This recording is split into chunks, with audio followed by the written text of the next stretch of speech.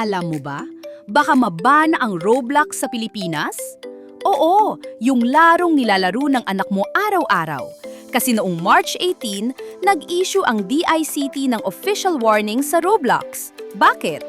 Dahil may 7 estudyante sa Calabarzon, mga minor pa, na na-radicalize through Roblox.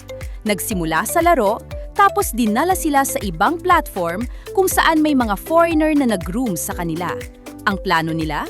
Mass shooting sa school nila. Nahuli sila noong February bago pa mangyari. 7 bata, 15 years old lang. Na-recruit para sa violent extremism sa isang children's game.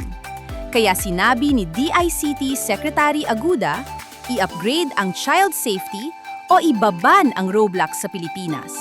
Hindi ito biro. Katulad ng ginawa nila sa Telegram na halos na-ban din, sineseryoso na ng gobyerno to. Pero ang tanong, kasalanan ba ng Roblox o dapat mas involved ang mga magulang? Kaya kung may anak ka na naglalaro ng Roblox, check mo na yung phone nila ngayon.